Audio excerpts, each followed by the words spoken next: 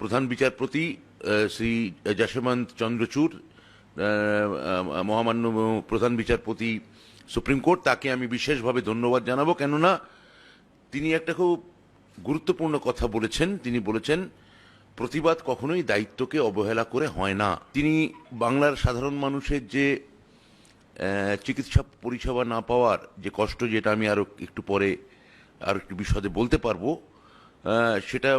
সেটা মাথায় রেখেই প্রধান বিচারপতি বলেছেন যে আগামীকাল বিকেল 5টার মধ্যে তিনি যারা জুনিয়র ডাক্তার আছেন, যাদের আন্দোলনের প্রতি আমরা সহানুভূতিশীল, আমার দলের মাননীয় সুপ্রিমো শ্রীমতী মমতা বন্দ্যোপাধ্যায়, আমাদের দলের সাধারণ সম্পাদক শ্রী অভিষেক বন্দ্যোপাধ্যায় বরাবর সেই আন্দোলনকে নৈতিকভাবে সমর্থন জানিয়েছেন।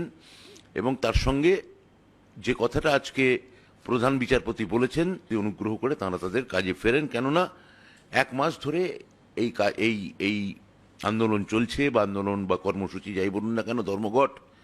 এখন অবধি 23 জন মানুষ, সাধারণ মানুষ পরিষেবা না পেয়ে প্রাণ হারিয়েছিলেন। আজকে একটু আগে জানতে পারলাম আমার এলাকায়, অর্থাৎ আমার বিধানসভা এলাকায় দমদমে, সেখানে আরেকজন মানুষ, তার বাড়ির লোকেরাই বলছেন, আমি গণমাধ্যমে দেখলাম একটু আগে, যে চিকিৎসা পরিষেবা না পাওয়ার জন্যে তিনি ডেঙ্গিতে মারা গেছেন। আমাদের সাধারণ সম্পাদক অভিষেক বন্দ্যোপাধ্যায় গত 6 তারিখে এই নিয়ে একটা টুইট করেন, যেখানে তিনি বলেছিলেন যে তিনি এই প্রত্যেক দিন এই কর্মবিরতির কারণে যে পরিমাণে প্রাণহানি হচ্ছে সেদিকে তিনি দৃষ্টি আকর্ষণ করে বলেছিলেন যে এটা মৌলিক দায়িত্বের মধ্যে পড়ে। মানবতার যে দাবি, তার বিরুদ্ধে মৌলিক কর্তব্য যেটা পালন করা মানবতার পক্ষে, সেটা তার বিরুদ্ধে যাচ্ছে।